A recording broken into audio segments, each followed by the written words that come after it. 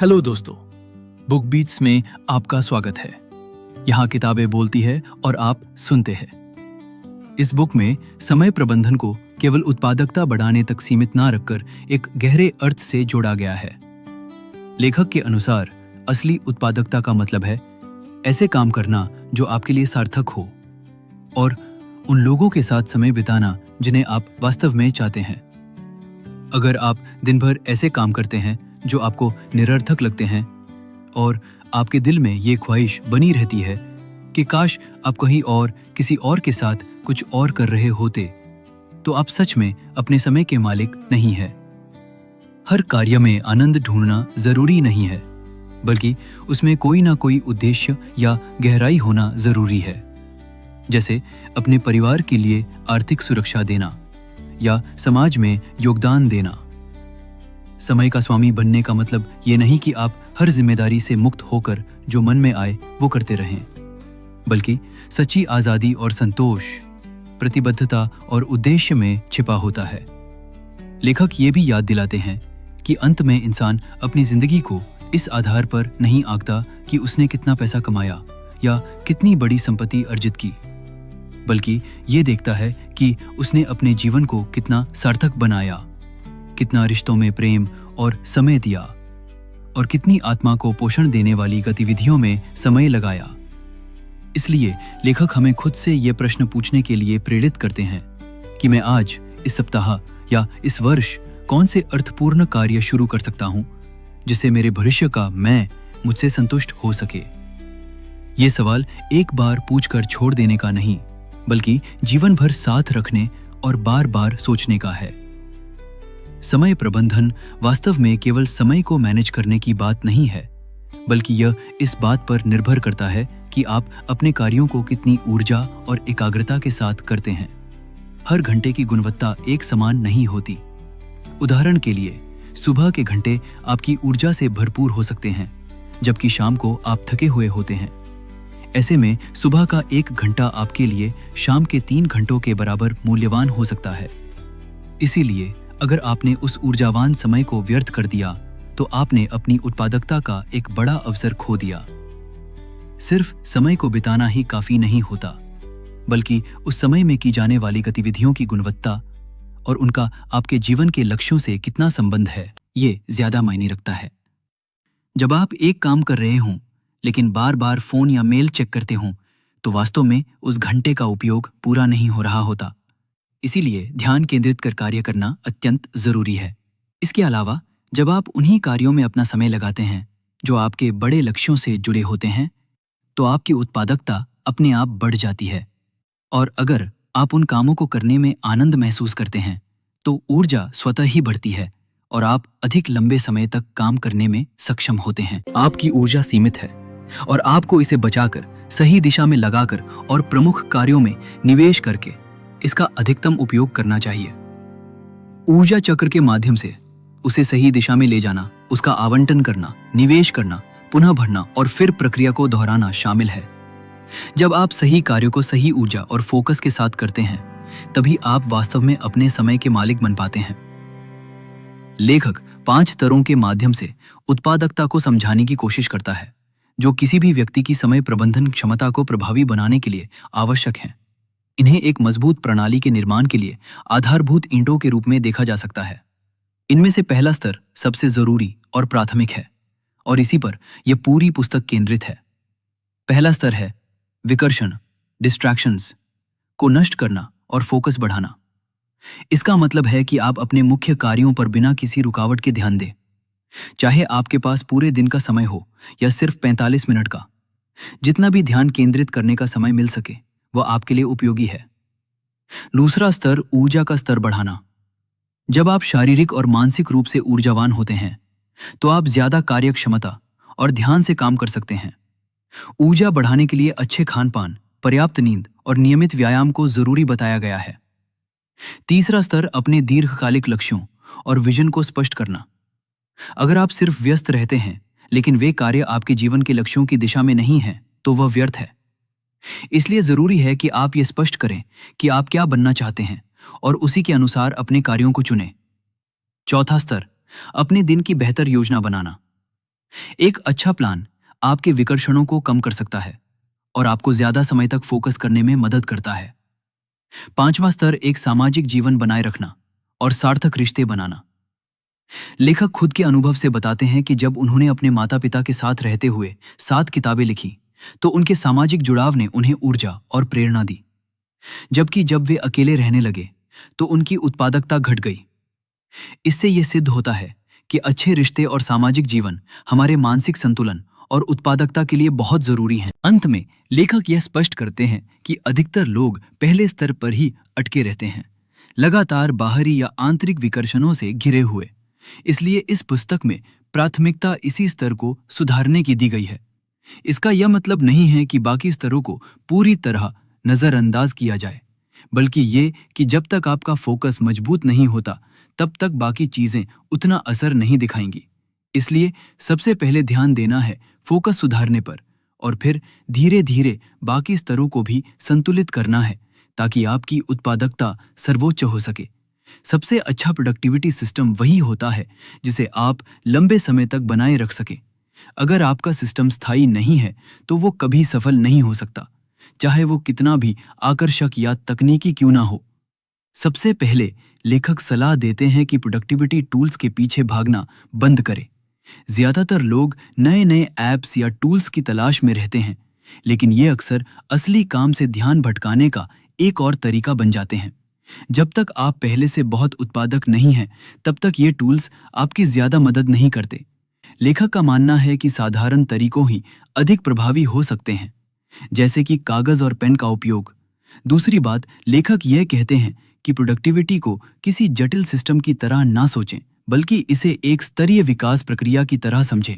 जैसे जैसे आप अभ्यास करते हैं, वैसे वैसे आप इस सीढ़ी पर ऊपर चढ़ते जाते हैं। कई जटिल सिस्टम सिर्फ उन्हीं लोगों के लिए उपयोगी होते हैं जो पहले से ही बहुत अनुशासित और केंद्रित होते हैं। अगर ऐसे सिस्टम पहले आपके लिए काम नहीं कर पाए हैं, तो चिंता या अपराध बोध की जरूरत नहीं है। बस सरल तरीकों से शुरू करें और धीरे धीरे आप बेहतर बन सकते हैं।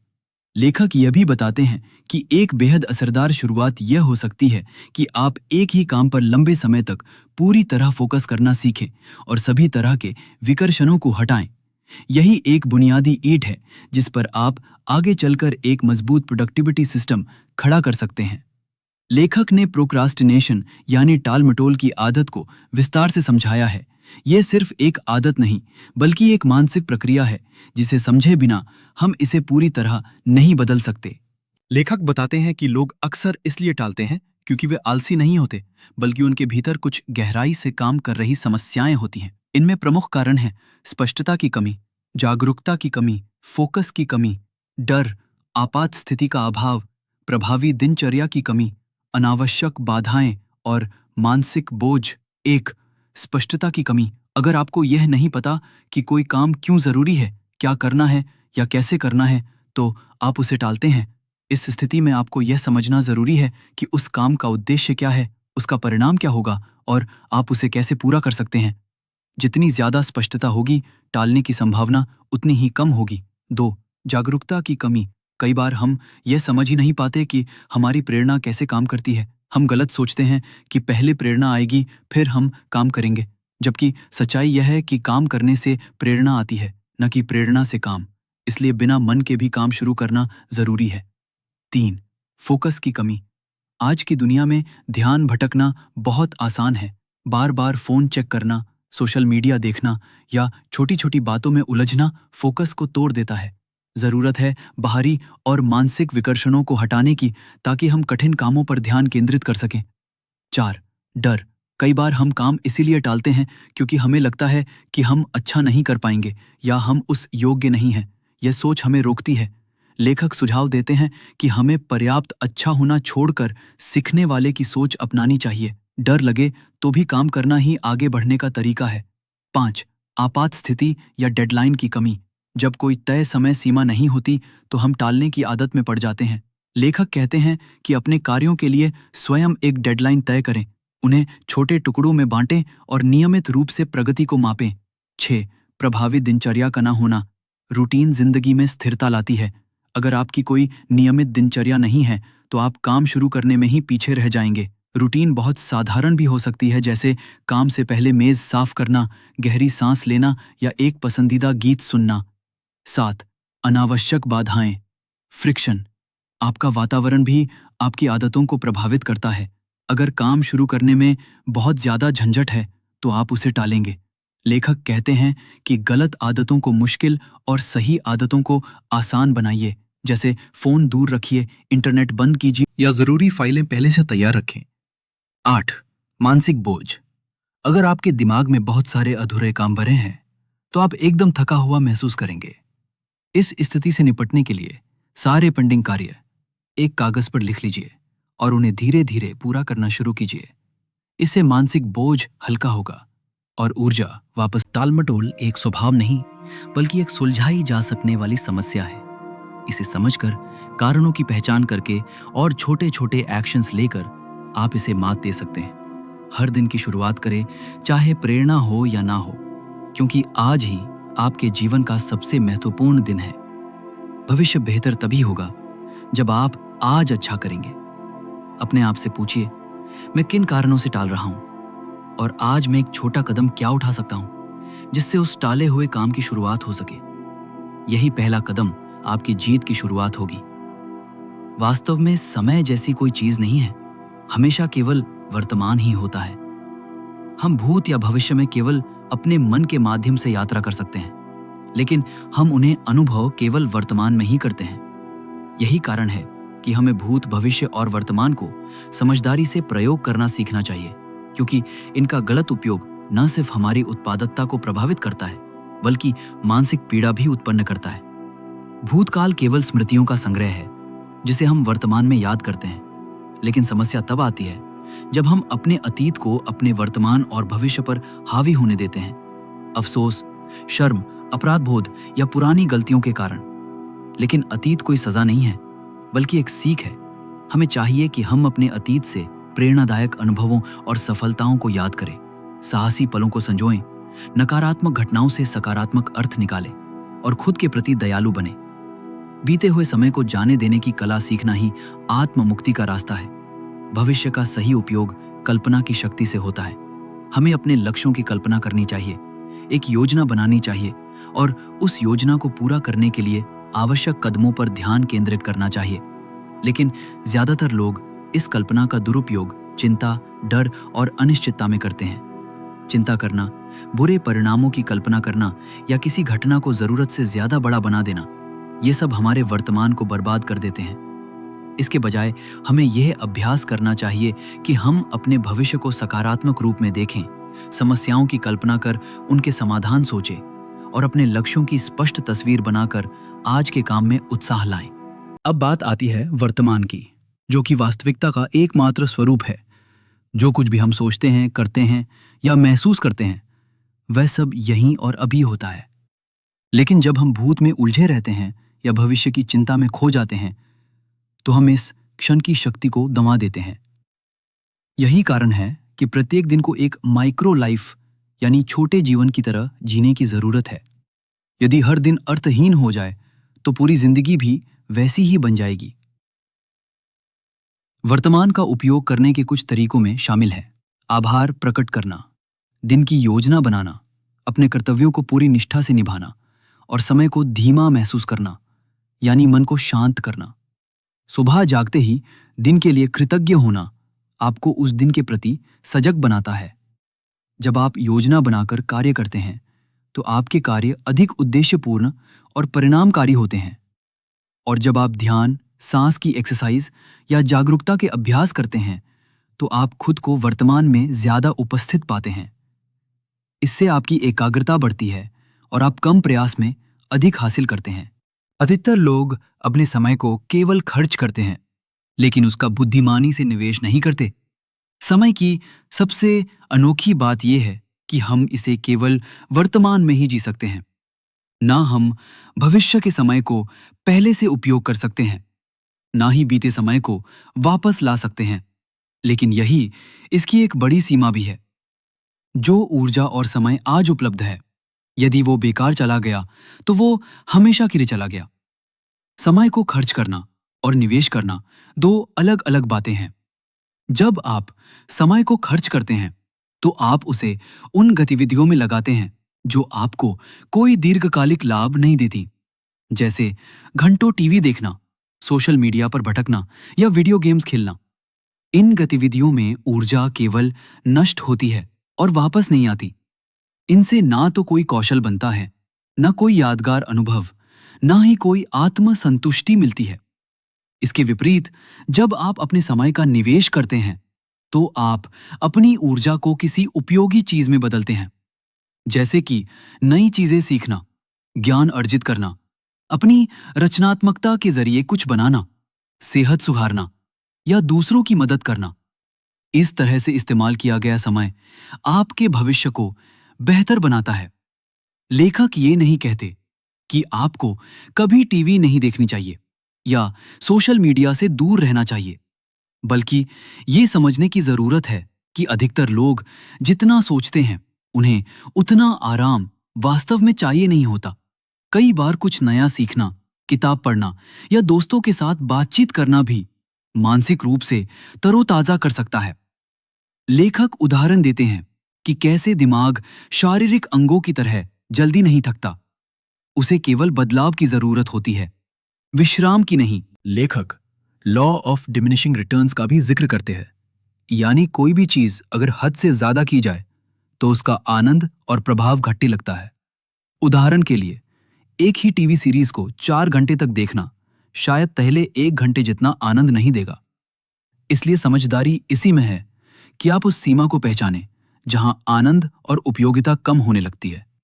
अगर आप रोज 2 घंटे टीवी देखते हैं तो जीवन के 30 सालों में आप लगभग 21,900 घंटे सिर्फ टीवी पर खर्च कर देंगे, जो कि लगभग 3.65 सालों तक हर दिन 16 घंटे टीवी देखने के बराबर है। जरा सोचिए, अगर आप इस समय का आधा भी किसी नए कौशल या जीवन लक्ष्य पर लगाएं तो कितना कुछ हासिल कर सकते हैं। समय सीमित है और वो कभी वापस नहीं आएगा। इसी हर दिन को एक अवसर की तरह देखें।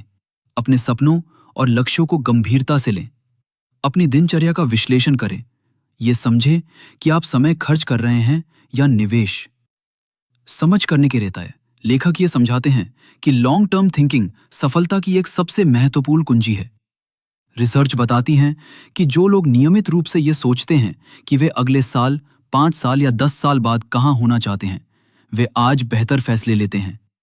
वे अधिक स्वस्थ खाना खाते हैं, अपने काम में अधिक उत्पादक होते हैं और अधिक धन बचाते और निवेश करते हैं। हालांकि इंसान स्वाभाविक रूप से शॉर्ट टर्म थिंकिंग की ओर झुकाव रखते हैं, क्योंकि ये उनके जीवित रहने की प्रणाली का हिस्सा है। लेकिन अच्छी बात यह है कि हम दीर्घकालिक सोच को अभ्यास से विकसित कर सकते हैं। इसका तरीका है भविष्य की एक स्पष्ट और उत्साहजनक कल्पना करना और उसे रोजाना देखना। जैसे लोग छुट्टी की योजना बनाते समय ही आनंद लेने लगते हैं, वैसे ही एक स्पष्ट भविष्य की कल्पना आपके आज को भी ऊर्जा से भर सकती है। दीर्घकालिक सोच सबसे ज्यादा असरदार तब होती है जब हम अपने लक्ष्य की ओर बढ़ने की प्रक्रिया का भी आनंद लेने लगते हैं। जब हम हर दिन की गई छोटी छोटी प्रगति को महसूस करते हैं और उन्हें मन में स्वीकार करते हैं, तो यात्रा आनंददायक हो जाती है और मंजिल तक पहुंचना भी आसान बन जाता है। लेखक अपने अनुभव से बताते हैं कि उन्होंने 5 साल तक रोज अपने ऑनलाइन बिजनेस पर काम किया, जिससे उन्हें निरंतरता की शक्ति का लाभ मिला और उन्होंने काफी कुछ हासिल किया। वे ये भी कहते हैं कि वे रोजाना अपने लक्ष्यों की कल्पना करते हैं, जैसे किताबें लिखना, अधिक लोगों तक पहुंचाना आदि, और यही कल्पना उन्हें प्रेरित करती है। लेखक समय की कीमत और उसमें तात्कालिकता का भाव पैदा करने के महत्व पर जोर देते हैं। वो सवाल करते हैं कि क्या हम अपना समय छोटी छोटी कम महत्वपूर्ण चीजों में ही गंवाते जा रहे हैं, जैसे हमारे पास अनंत समय हो। ये सोच कि हमारे पास बहुत समय है हमें टालमटोल और निष्क्रियता की ओर ले जाती है। लेकिन समय ही तो जीवन का सार है और इसे ऐसे ही बह जाने देना हमें अपने उद्देश्यों से दूर कर देता है। लेखक कहते हैं कि हमें सालों की सोच छोड़कर समय को छोटे खंडों में बांटकर देखना चाहिए, क्योंकि जब हम 1 साल की सोचते हैं तो वो इतना दूर लगता है कि हम तुरंत कोई कदम नहीं उठाते। हम सोचते हैं कि कल से शुरू करेंगे, अगले हफ्ते या अगले महीने से कुछ करेंगे, और इसी तरह समय निकलता जाता है। लेकिन जब हम समय को 90 दिनों के टुकड़ों में बांटकर सोचते हैं तो लक्ष्य नजदीक दिखने लगता है और हमें जल्दी काम शुरू करने की प्रेरणा मिलती है। 90 दिनों की समय सीमा हमें मजबूर करती है कि हम हर दिन का अधिकतम उपयोग करें। अगर मान लिया जाए कि 1 साल का लक्ष्य हमें 90 दिनों में पाना है, तो हर दिन की अहमियत बहुत बढ़ जाती है। इस तरह की सोच हमारी उत्पादकता को बढ़ा देती है और हमें अपने लक्ष्य की ओर लगातार सक्रिय बनाए रखती है। इसके साथ ही लेखक एक और प्रभावशाली रणनीति साझा करते हैं, डेडलाइंस और माइलस्टोन्स। वो बताते हैं कि यदि हमारे पास लक्ष्य पूरा करने की समय सीमा नहीं है, तो हम उसे अंतिम समय तक टालते रहेंगे, ठीक वैसे ही जैसे छात्र परीक्षा की तैयारी आखिरी रात करते हैं। लेकिन जब हम अपने लक्ष्यों को छोटे छोटे हिस्सों में बांटते हैं और हर हिस्से के लिए एक समय सीमा तय करते हैं, तो हम लगातार आगे बढ़ते हैं। हर छोटा माइलस्टोन हमें एक जीत की भावना देता है और उस डोपामिन के प्रभाव से हमें प्रेरणा मिलती है। लेखक अपने अनुभव से बताते हैं कि जब वो किताब लिखते हैं, तो यदि वे माइलस्टोन्स तय न करें, तो वे बहाने बनाते हुए रचनात्मक काम के बजाय फॉर्मेटिंग या वाक्य सुधारने जैसे छोटे कामों में समय गंवा देते हैं। इसलिए वो पहले एक अंतिम समय सीमा तय करते हैं, फिर विभिन्न चरणों के लिए माइलस्टोन्स बनाते हैं, जैसे आउटलाइन तैयार करना, पहला ड्राफ्ट पूरा करना आदि। और अंत में किसी को ये बताना कि वे कब फाइनल स्क्रिप्ट देंगे, ताकि आत्म जवाबदेही बनी रहे। लेखक ये भी स्वीकार करते हैं कि ये प्रणाली हमेशा परफेक्ट नहीं होती और वे भी डेडलाइंस चूकते हैं। लेकिन जब लक्ष्य स्पष्ट होते हैं और समय सीमित होता है, तो वे कहीं ज्यादा प्रगति कर पाते हैं। अगर आप स्वप्रेरित नहीं हैं, तो किसी कोच या अकाउंटेबिलिटी पार्टनर की मदद से ये प्रक्रिया और भी प्रभावी हो सकती है। आज की दुनिया में व्यस्त रहना जैसे एक सम्मान का प्रतीक बन गया है, एक ऐसी छवि जिसे लोग गर्व से पहनते हैं, विशेष रूप से जापान जैसे देशों में, जहां लेखक ने वर्षों तक जीवन बिताया। वहां खाली रहना समाज में निष्क्रिय समझा जाता है। लेकिन सवाल यह है कि क्या हम वाकई इतने व्यस्त हैं या सिर्फ दिखा रहे हैं? लेखक बताते हैं कि मेरे पास समय नहीं है कहना कई बार एक आसान रास्ता होता है। यह हमें जिम्मेदारी लेने से बचाता है।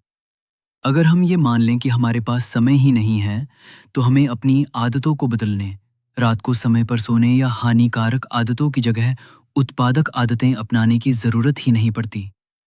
हम खुद को और दूसरों को ये यकीन दिला सकते हैं कि दोष हमारा नहीं, हालातों का है। ये खुद को विक्टिम के रूप में दिखाने का एक तरीका भी बन जाता है, ताकि लोग हमारे साथ सहानुभूति रखें। असल में मेरे पास समय नहीं है कहना एक और बात कहने जैसा है, ये चीज मेरे लिए अभी जरूरी नहीं है। जब कोई काम हमारे लिए सच में महत्वपूर्ण होता है, तो हम उसके लिए समय निकाल ही लेते हैं। अगर हम ऐसा नहीं कर पा रहे हैं, तो जरूरी है कि हम अपने लक्ष्यों और मूल्यों को फिर से स्पष्ट करें। हमारी व्यस्तता अक्सर गहरी सोच की कमी को छुपाने का एक तरीका होती है। हम बिना ठोस प्राथमिकताओं के दिन बिताते हैं, और जब लक्ष्य अस्पष्ट होते हैं, तब हम अपने समय का उपयोग दूसरों की प्राथमिकताओं के अनुसार करने लगते हैं। समय की पूरी जिम्मेदारी लेने से ही हमारी असली प्रगति शुरू होती है। ये समझना जरूरी है कि हमारी हर पसंद, चाहे वो सोशल मीडिया पर समय बिताना हो या एक नापसंद नौकरी में टिके रहना, हमारी अपनी चुनी हुई है।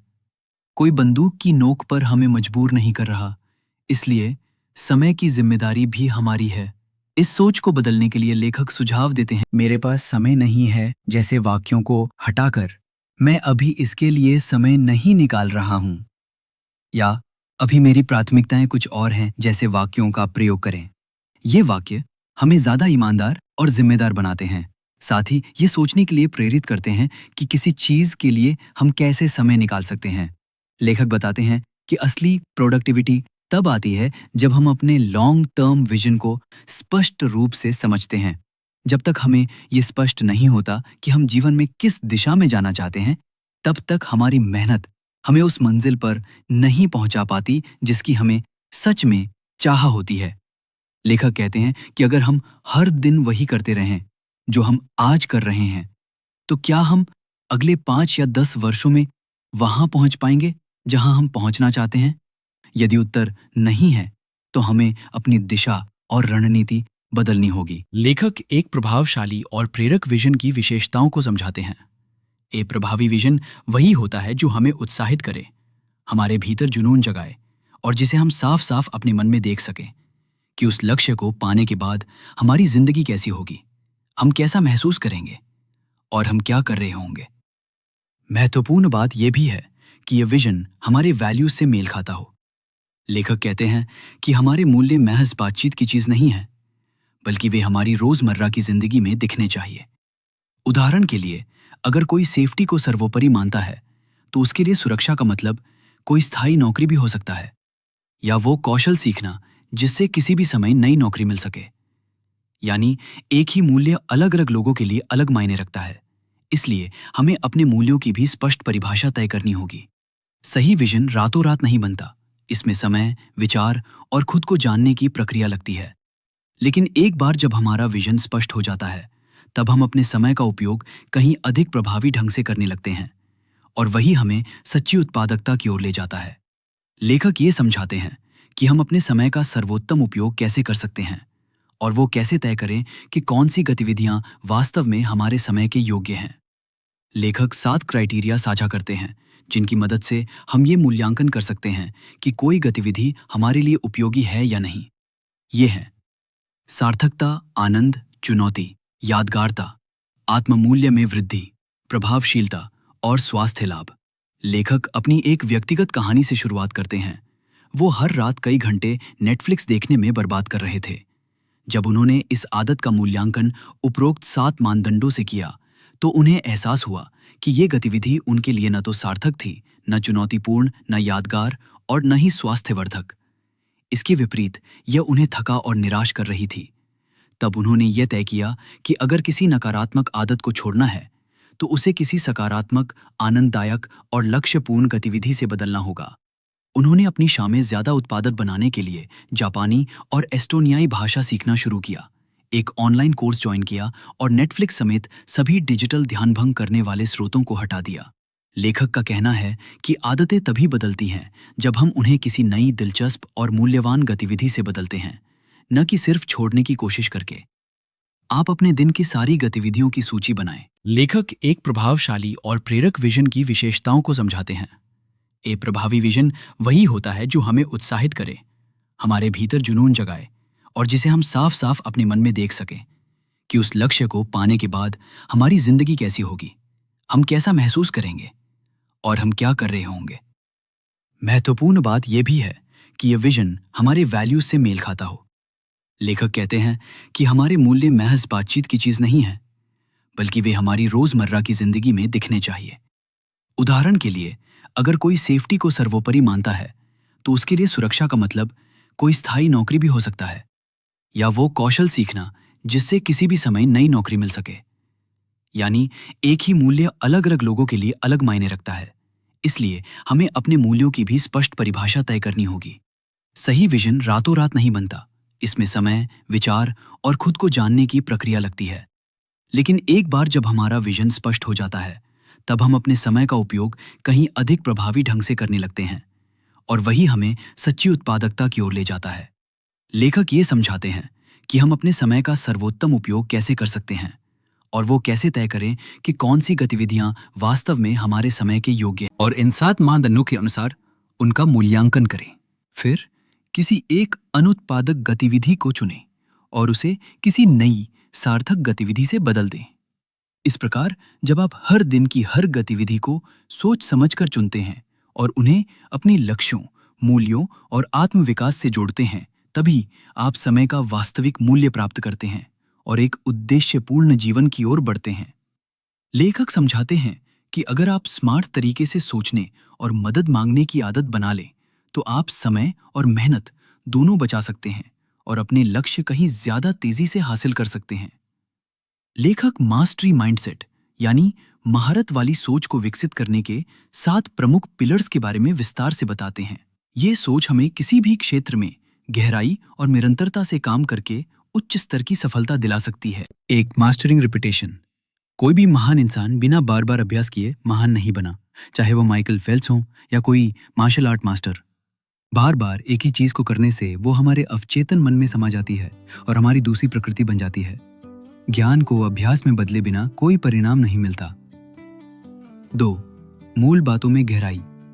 लोग अक्सर मूलभूत चीजों को नजरअंदाज कर देते हैं और फिर जब परिणाम नहीं मिलते तो भ्रमित हो जाते हैं। हर क्षेत्र में, चाहे फिटनेस हो, पढ़ाई हो या खाना, मूल बातें अच्छी तरह सीखना और लागू करना जरूरी है।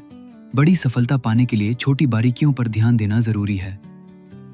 3. प्रक्रिया में विश्वास। अगर आपने कोर्स लिया है, किताब खरीदी है या कोच रखा है, लेकिन मन ही मन ये मानते हैं कि ये काम नहीं करेगा, तो आप पहले ही हार चुके हैं। किसी भी प्रोसेस में सफलता के लिए पूरा विश्वास और प्रतिबद्धता जरूरी है। जब तक पहला रिजल्ट ना मिले तब तक उसे अपनाए रखें। 4. सीखने की इच्छा। सीखते रहना और अपने अहंकार को एक तरफ रखना एक सफल व्यक्ति की पहचान होती है। अगर आप लगातार सीखने को तैयार हैं और अपनी गलतियों की जिम्मेदारी लेते हैं तो आपकी प्रगति निश्चित है। खुद को कोच करने योग्य बनाएं और हमेशा सोचें, मैं क्या नया और बेहतर कर सकता हूँ। 5. Embracing long term thinking. जो लोग दीर्घकालिक सोच रखते हैं वे ही बड़ी उपलब्धियां हासिल करते हैं। अपने आज के कार्यों को इस दृष्टि से देखें कि क्या वे आपको अगले 5 और 10 सालों में आपके लक्ष्य तक ले जा रहे हैं या नहीं। अगर नहीं तो रणनीति बदलनी होगी। लंबी सोच ईवल को गहरी सफलता। 6. निरंतरता सफलता का एक बड़ा रहस्य है। हर दिन छोटा लेकिन लगातार किया गया प्रयास निरंतर की उत्पादकता को बहुत हद तक बढ़ा सकती है। शुरुआत में केवल एक 45 मिनट का सत्र पर्याप्त है और जब आप इस अभ्यास में माहिर हो जाएं, तो एक और 45 मिनट का सेशन जोड़ सकते हैं। हमारी ऊर्जा सीमित होती है, इसलिए हमें उसे व्यर्थ न जाने देने के लिए अपने फोकस की रक्षा करनी चाहिए। अधिकतर लोग ध्यान भटकाकर और मल्टीटास्किंग करके अपनी ऊर्जा और समय दोनों को नष्ट कर देते हैं। आज की दुनिया में ध्यान भटकाना पहले से कहीं ज्यादा आसान हो गया है। एक क्लिक में हम ज्ञान के महासागर से जुड़ सकते हैं, लेकिन उतनी ही तेजी से व्यर्थ की चीजों में भी उलझ सकते हैं, जैसे social media, email, YouTube video आदि। ये सभी ध्यान भटकाने वाले तात्कालिक आनंद के स्रोत हैं जो हमारे समय और ऊर्जा को चुपचाप खा जाते हैं। लेखक एक डिस्ट्रैक्शन मैट्रिक्स व्याकुलता का ढांचा प्रस्तुत करते हैं जो 4 प्रकार की व्याकुलताओं को समझाता है। ड्रैग्ड, खिंच जाना, जब आप किसी एक कार्य की नीयत से कुछ शुरू करते हैं लेकिन किसी दूसरी चीज में उलझकर बहुत सारा समय बर्बाद कर देते हैं, में बाधित होते हैं। उदाहरण, फोन की नोटिफिकेशन, साथियों का टोकना या खुद ही हर कुछ मिनट में मोबाइल चेक करना। सवाल पूछें, क्या ये मेरी एकाग्रता को खत्म कर रहा है। सेड्यूस्ड, लुभाया जाना, जब आप किसी कठिन या उबाऊ कार्य को छोड़कर आसान और सुखद कार्य में लग जाते हैं। इससे आपको तुरंत तो संतुष्टि मिलती है, लेकिन यह दीर्घकालिक सफलता में बाधा बनता है। सवाल पूछें, क्या मैं सिर्फ अच्छा महसूस करने के लिए यह काम कर रहा हूं या यह वास्तव में जरूरी है। फूल्ड, भ्रमित होना, जब आप बार बार नई नई ऐप्स, तकनीकों या सिस्टम को अपनाने की कोशिश करते हैं ये सोचकर कि इससे आपकी उत्पादकता जादुई रूप से बढ़ जाएगी, लेकिन असलियत में ये सभी कोशिशें कठिन काम को टालने का एक तरीका बन जाती हैं। सवाल पूछें, क्या मैं फिर से नई जानकारी की तलाश में हूं या मैं मूल बातों को लागू कर रहा हूं। लेखक सलाह देते हैं कि आप अपनी क्रिप्टोनाइट यानी सबसे बड़ी व्याकुलता की पहचान करें। वो एक गतिविधि जो आपका सबसे अधिक समय और ऊर्जा खा जाती है। उदाहरण, लेखक के लिए वो YouTube है जो उनका सबसे बड़ा ध्यान भटकाने वाला माध्यम है। 4 प्रकार की व्याकुलताओं, ड्रैग्ड, इंटरप्टेड, सेड्यूस्ड, फूल्ड की अपनी सूची बनाएं। जिन गतिविधियों में आप सबसे ज्यादा समय गंवाते हैं उन्हें रेखांकित करें। अपनी सबसे ताकतवर व्याकुलता की पहचान करें और उसे हटाने या सीमित करने के लिए रणनीति बनाएं। इसे हटाने के लिए जादुई उपकरणों की नहीं, गहरी और निरंतर एकाग्रता की आवश्यकता है। यदि आप रोज सिर्फ 45 मिनट भी बिना किसी बाधा के अपने सबसे महत्वपूर्ण काम पर ध्यान केंद्रित करें तो आपकी उत्पादकता में उल्लेखनीय वृद्धि हो सकती है। हम सभी जानते हैं कि समय अनमोल है, लेकिन फिर भी हम अक्सर इसे ऐसे कामों में गंवा देते हैं जिनका ना तो कोई उद्देश्य होता है और ना ही कोई परिणाम। यही वजह है कि धीरे धीरे हम अपने बड़े लक्ष्यों को भूल जाते हैं और एक औसत जीवन को स्वीकार कर लेते हैं। लेकिन अब जब आपने ये पुस्तक सुन ली है तो आप समझ चुके हैं कि समय को प्रभावशाली तरीके से इस्तेमाल करना पूरी तरह आपके हाथ में है। अगर आप सच में चाहें तो अपने ध्यान को सही कार्यों पर केंद्रित करके समय का सर्वोत्तम उपयोग कर सकते हैं। जब समय सीमित है तो आप उसका क्या करने वाले हैं? यह सवाल हमें ये सोचने पर मजबूर करता है कि शिकायतें छोड़कर हम अपने पास मौजूद थोड़े से समय में क्या सार्थक कर सकते हैं। इसलिए अपने मुख्य लक्ष्यों पर ध्यान केंद्रित रखें और हर दिन छोटे छोटे कदमों के जरिए प्रगति करें, क्योंकि समय तो बीतता ही रहेगा। बेहतर है आप उसे किसी सार्थक दिशा में जाने दें। वीडियो को यहाँ तक सुनने के लिए धन्यवाद। अगर इस समरी से आपको कुछ सार्थक सीख मिली हो तो प्लीज़ इस वीडियो को लाइक करें और चैनल को सब्सक्राइब करें। धन्यवाद।